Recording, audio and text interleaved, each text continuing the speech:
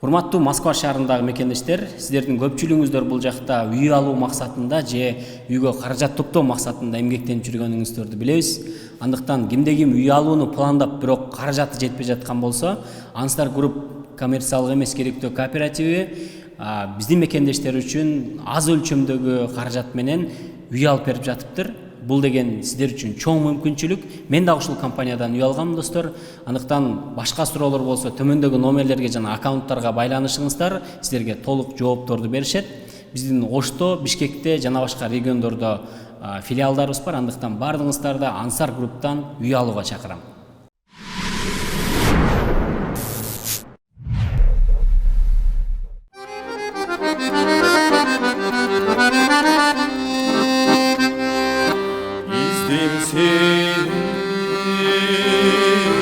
Arasına ellerin en büyük hoz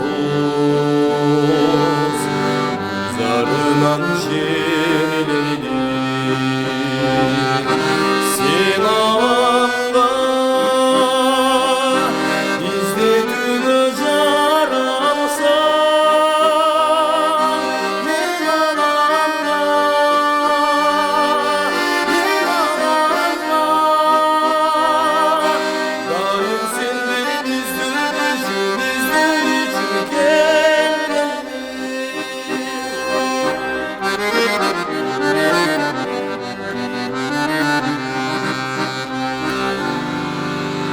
Ассаламу алейкум, Азирет Осмонов YouTube каналынын көрүүчүлөрү, баардыгыңыздарга салам. Кайрадан Москва жергесинен.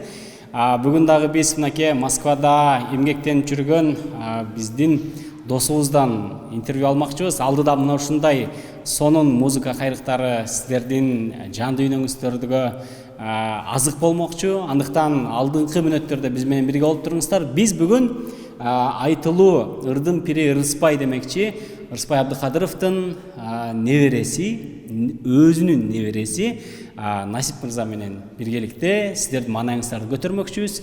Ассаламу алейкум. Алейкум ассалам. Кандайсың, Насип? Жакшы. Өзүңүз кандайсыз? Жакшы. Денсаулыктар. Кудайга шүгүр. Жакшыбы? Жакшы. Насип дагы көп жылдан бери ушул Москва жергесинде эмгектенип келет. Канча жыл болду бул жака келгениңе? Эмне болуп келип калдың? Ушул боюнча айтпасаң. Мен Москва шаарына 2016-жылы келгем. Эл катары иштеш үчүн келгенбиз бардыгыбыз. Ошодон бери Москва шаарында эмгектенип 5 жыл болуп калды. 5 жыл болуп калды Москвага келгенибизге. Эмгектенип келип атабыз.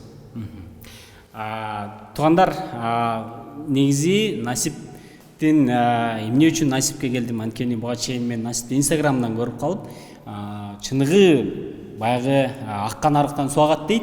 Ырыспай Абдыкадыровдун таланты мына ушул небересине өткөн го деп атайын сиздерге ушул Насиптин талантын көрсөткөн, ачып бергени бүгүн Москва жергесинде турган чагыбыз. Негизи бул жака келгенде эми түшүнүктүү, баардыгыбыз эле ушул жака мына көртиликтин айынан бир сөз менен айтканда каражат табуу максатында келебиз. Анан биринчи келип эмне жумуш кылдыңыз? Москва кандай шаар көрүндү биринчи алгач келгенде? Биринчи келгенде Москва аябай кызык көрүндү. Азыр деле кызык Москва. Биринчи келгенде Москва шаарындагы ар кандай жумуштарды иштеп көрдүк. Башын айтып берейин. Башында Москвада эң чоң Азимут деген отельде, мейманканада. Ошодо мен официант болуп иштедим. Андан сырткары дагы көп жумуштарды иштедик. 2 жылдан кийин анан ушул чыгармачылыкка байланышып, ушул жакта тааныштарды таап, чыгармачылык менен алектенип калдым. Азыркы учурда эмне жумуш кыласың? Азыркы учурда көбүнчө той марекелерди ырдайм. Андан сырткары да жумушум бар. Бирок негизги жумушум ушул чыгармачылык десем болот. Чыгармачылыкта ар кандай иш-чараларда, жакшылыктарда кызмат кылам. Андан сырткары эмне жумуш?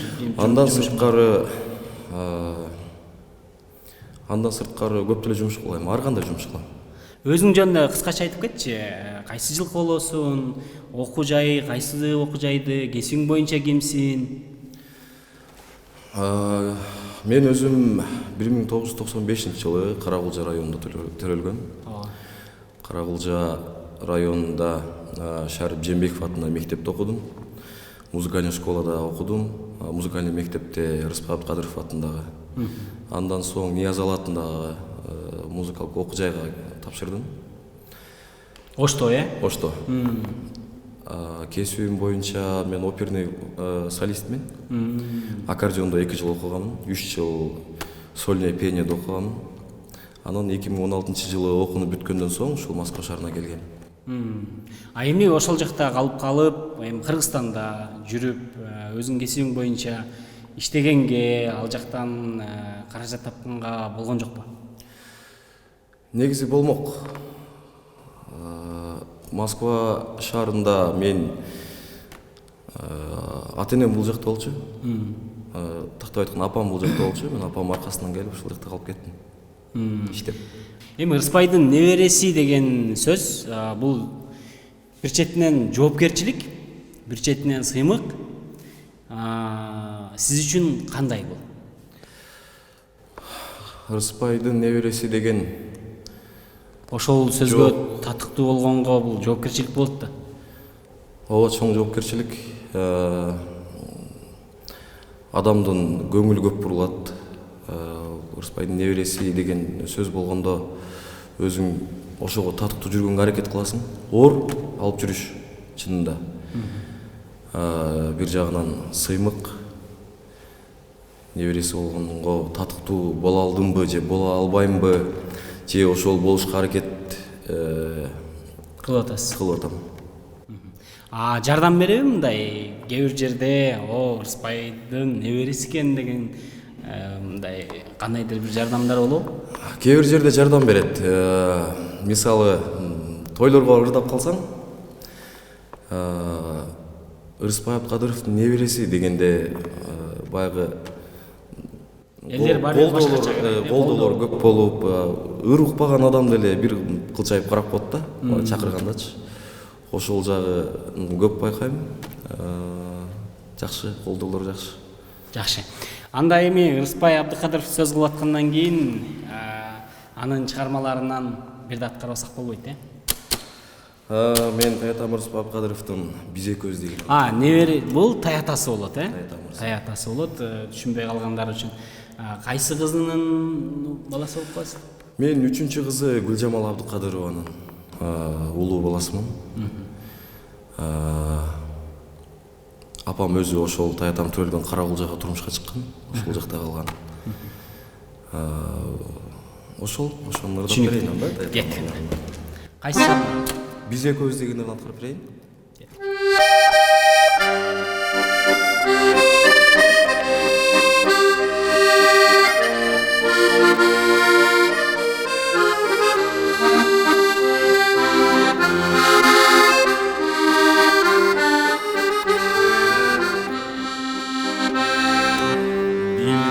Кайдан жаралгансың сен маған, маңдайымдан бүткөн жалгыз бакыттай. Сени сүйдүм буйрук алып тагырдан,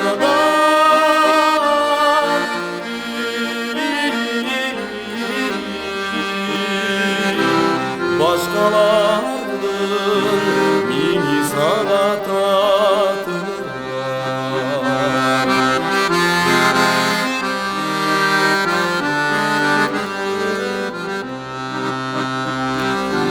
Же болбосо сен жаралып мен үчүн, төрөлгөндө мендей болуп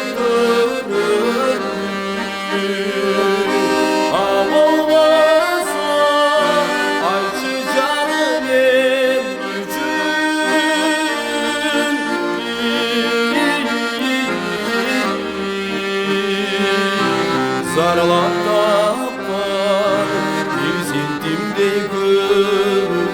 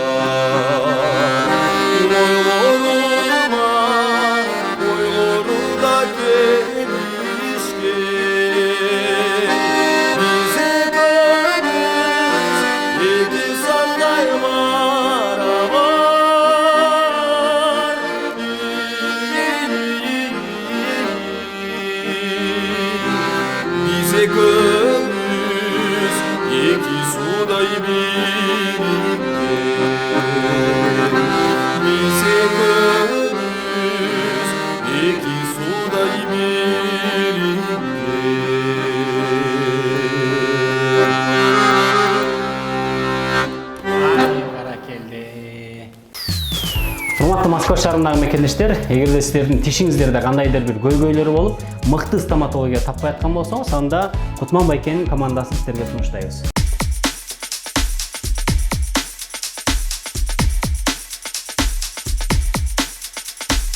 Бизде стоматологиялык кызматтын бардык түрлөрү бар.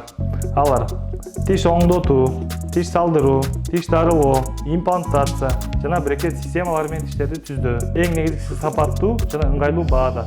Андыктан Москвадагы эң мыкты стоматологдорду сиздерге сунуштайм.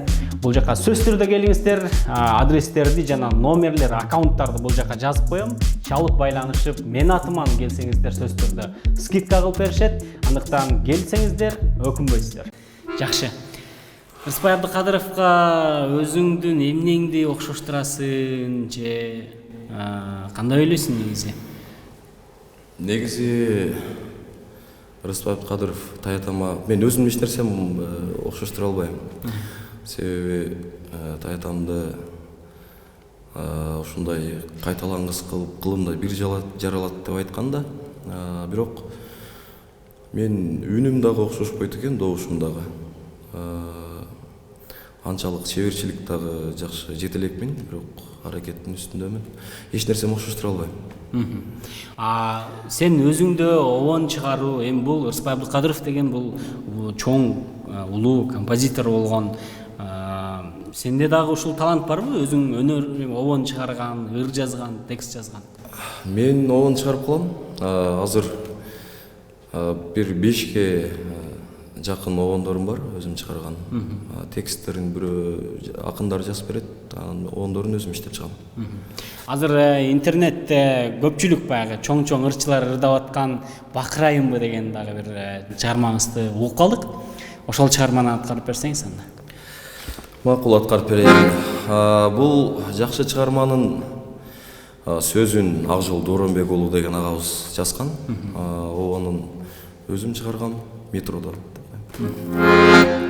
Кеттик анда. Бакырайымбы деп аталат. Бакырайымбы.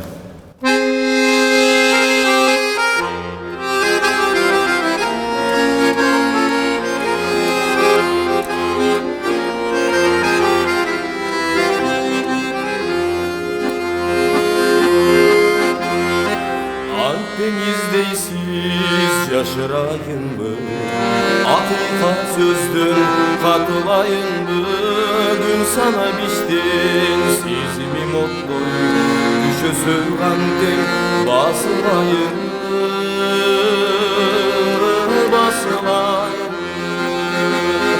сызылбай иштен батылайынбы, жүзүрүмдү айтып ачылайынбы, сен турмуш куруп кеткенден бери кыйналып жүрөм бакырайынбы, кыйналып жүрөм бакырайынбы.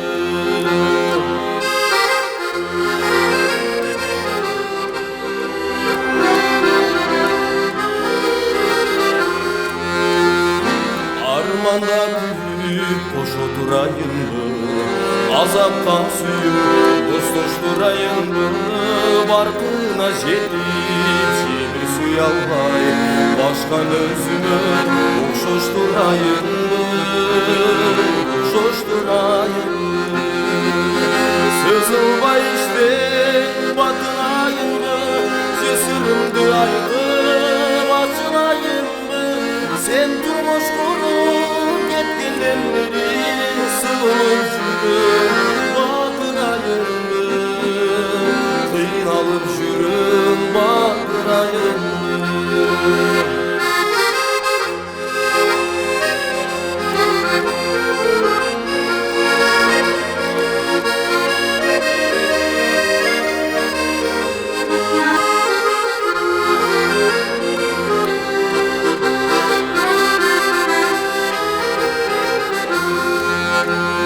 Сызылбай иштен батынайынбы, жесиримди айтып ачылайынбы, сен турмуш куруп кеткенден бери кыйналып жүрөм бакырайынбы, кыйналып жүрөм бакырайынбы, кыйналып жүрөм ай бакырайынбы. Ай баракелде.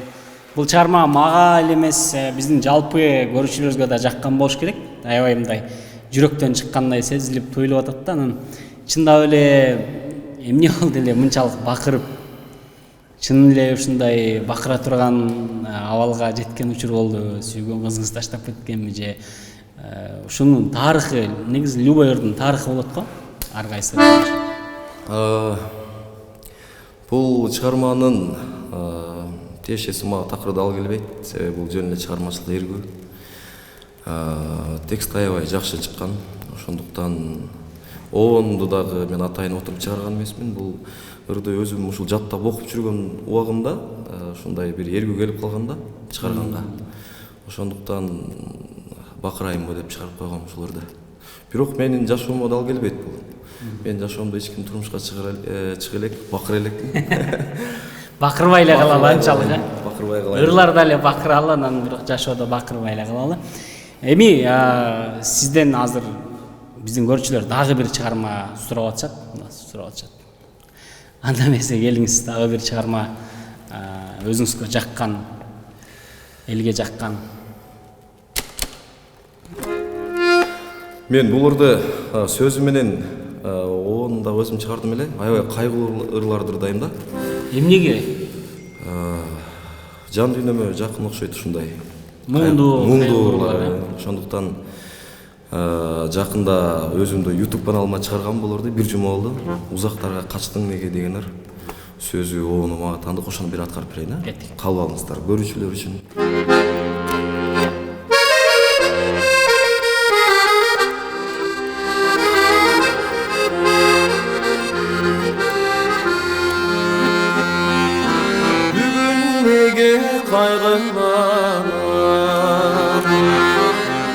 Ötkün gündü esте kalır. Gelmez bolsun nege gittin, can dünümü büyük sağlık. Oy, uzaklarga kaçtın nege, benden artık taptın beni. Sensiz ömür ötmüşüdü,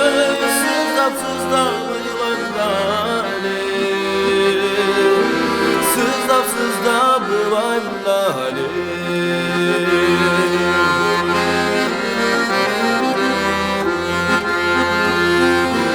Sezdin beken, duydun beken,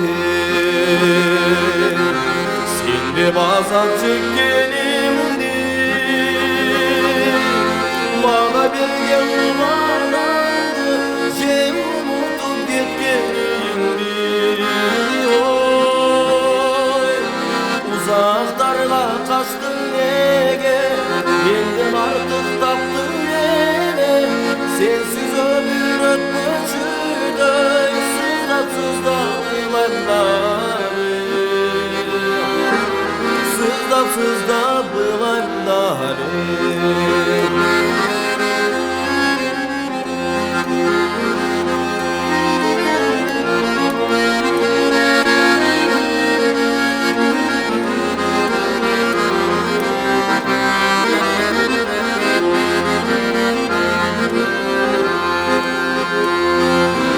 Uzaklarga kaçtın nege, benden artık taptın beni.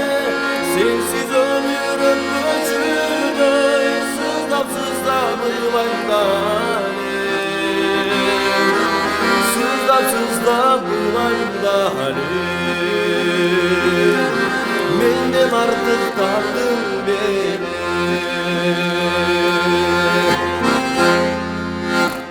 Ай баракелде. Жакшы. Насип, негизи чыгармачылык дегенди кандай түшүнөсүң? Анан чыгармачылыкка сөзсүз бул каражаттын тиешеси барбы? Кээ бир ырчылар, кээ бир инсандар айтып калышат, чыгармачылык менен алек болуш керек эле, бирок менде каражат жок депчи. Чыгармачылыкка каражаттын кандай тиешеси бар, кандай орду бар? Чыгармачылыкка жөн эле бул шылтообу дегендейчи. Эң биринчи мен оюмча кызыгуу керек, талант керек. андан кийин аракет керек да. Бирок албетте бул каражаттагы чыгармачылыктын ушул жакшы өнүгүүсүнө эшик ачылыш үчүн же тоскоол болуп калышы мүмкүн. Каражат керек, мен оюмча керек каражат. Бирок кээде ага деле байланбай талант болуш керек. Эми негизи азыр баягы интернет өнүккөн учур. Ошондуктан талантты ушундай таш жарып турса негизи көп таанылып кеткенде эле баягы жакшы бизде мыкты чыгармачыл инсандар бар. Эгерде таланты жакшы болсо интернет аркылуу деле таанылып кеткен өзүнүн талантын ушу биздин угармандарына, көрөрмандарына терең жеткире алган деле адамдар бар да. Бирок ар кандай. Түшүнүктүү. Негизи туугандар, мен ар дайым ушул чыныгы таланттууларга жардам бергенге, аларды элдин алдына алып чыкканга аракет кылам. Насиптин дагы аккаунтун бул жерге жазып коем, туугандар. Сөзсүз түрдө Насипке катталыңыздар. Чыныгы таланттууларды колдойлу, ушул чыныгы таланттууларды алып чыгалы достор. Анан эми азыркы заманда бул техника өнүккөн заманда мындай таланты жоктор деле биздин арабызда миллиондогон подписчик топтоп жүргөндөрүн көрүп атабыз. Бирок мен ар дайым ушул таланттууларды, чыныгы таланттууларды силерге алып чыкканга аракет кыла берем. Насип бул гитара таарынып калбасын эми. Гитара менен дагы, негизи канча аспапта кол ойноп атасың? Негизи үйлөм аспаптардан башкасын баардыгын ойнойм.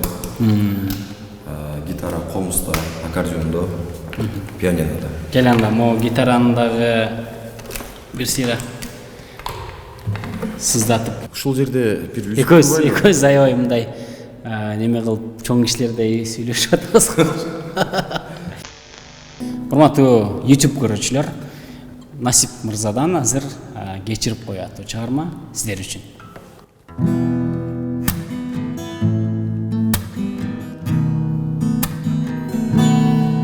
Geçirip koy sezimimde oynadum, süyüp kalıp çaçıradı oylarım. Kança yolunu tayın desem da, süyün güçüp yüreğimdi bozkodum. Geçirip koy sadanam, geçirip bir suyu canmaz kayradan. Geçirip koy suranam, yolukanda baykamazdan gayradan. Sağınıştan ötür menin ömrüm, sende kaldı menin öçböz gönülüm. Sen de beni sağınarsın eskerip, sadakası koycu beni geçirip. Geçirip koy sadanam, geçirip bir suyu canmaz kayradan. Geçirip koy suranam, yolukanda baykabazdan gayradan.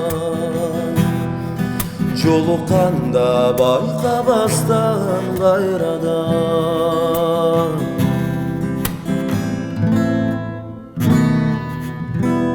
Geçirip koy. Geçirdin dersin. Barakelde. Насип чыныгы таланттуулар биздин мамлекетибизде көп болуш керек да. Анан качан барасың эми биздин өзүбүздүн жерибизге? Качан барып өзүңүн чыгармаларыңды элдерге тартуулап, жаздырып? Негизи ар жылда кетем деп кете албай кала берем да. Ушул быйыл 2021 жылы күздө кетем деген чоң ойлорум бар эле. Ошол ойлорумду, тилектеримди ишке ашырайын деп атам эми. Кандай пландарың бар өзү негизи? Эмне кылайын деп атасың? Эмнени кыялданып атасың? Ушул убакка чейин негизи баардык ойлогондой, Москвадагы баардык биздин мекендештерибиз ойлогондой үй салыш керек, акчачы болуш керек деген ойлор болчу. Эми азыр менин эң биринчи койгон талабым ушул чыгармачылык менен такай иштесем, чыгармачылыкка бүт баардык күчүмдү жумшасам деген ойлорум бар. Ушул тилектерим ишке ашып кетсе, баардык көрөрмандарыбызга жакшынакай ырлардан ырдап беребиз да. Жакшы. Эми негизи Москвада мындай жыргал жашоо жок. Эми баардык эле жерде. Каяка барба мамайды көрө деп коет го. Анан ушул Москвадагы кандай кызыктуу окуялар болду бул жака келгенден бери 5 жыл аралыгында? Кандай турмушту баштан кечирдиң? Москвада аябай көп кызыктуу күндөр өтөт, кайгылуу күндөр өтөт. Кээ бир күнү ыйлайсың, кээ бир күнү жыргайсың дегендей да. Бир кызыктуу күндөрүмөн бирөөнү айтып берейин. Анда эми Москвада бардыгы иштесем деп бири-бирине көңүл бурбай, багы шашылыш жүргөн убактарда, кээ учурларда өзүңдүн жакын адамдарыңан дагы мындай жардам күтпөй калган учурда мен ушул талантым бар экен, бир убакта мен акчага зарыгып турган убагымда заказ болуп калат да. Эми ырдашым керек болуп калат. Барып биринчи эле ошол алып баруучу чакырганда тойдо ырдап атып жанагы жерде биринчи куплетти ырдап бүткөндө ортосунда проигрыштуу ойноп атасың да аккордеондо. Ошол убакта бирөө 5 минут чыгып туруп могу сол мойнума кыстырганда, ошол убакта мен экинчи куплетти ырдай турган ырым унутуп калгам, жанагы акчага көңүл буруп кетипчи, ошондой болуп. Ошондой кызыктуу күндөр болуп калат. Бирок ал мезгилде акча аябай керек болуп турган окшойт эле. Ал мезгилде биринчиден той сезон жок болчу Москвада. Экинчиден азыркыдай мүмкүнчүлүк жок болчу да. Дагы да болсо ушул гитара менен бир жакшы чыгармаңды аткарып берсең, ошон менен биз дагы акырындап жыйынтыктайбыз. Бекбурбиев агайыбыздын Аселдейм деген чыгармасын аткарып берейин.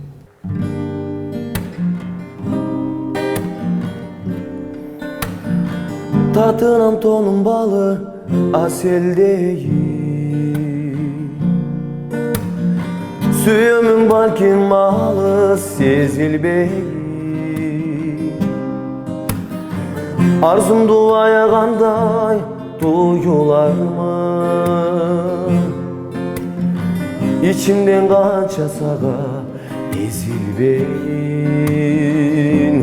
ezilbeyin, ezilbeyin Aseldeyin. Tobulağı atkanday, alma büçür açkanday, ayga çolpon jakkanday, men seni sүйөм. Жаздын таңы атқандай, бұлбұл гүлін тапқандай, айға чолпон жаққандай, мен сені сүйөм.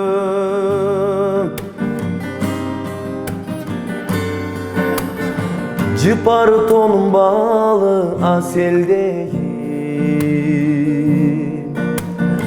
ишенип ишен башка эмне дейм. Dübölü geri şarkak bolu biz, joğotup takır seni izlebeyin, izlebeyin, izlebeyin Aseldeyin. Tobulağı atkanday, alma büçür açkanday, ayga çolpon jakkanday, men seni sүйөм. Жаздын таңы атқандай, бұлбұл гүлін тапқандай, айга чолпон жаққандай, мен сені сүйөм. Айга чолпон жаққандай, мен сені сүйөм.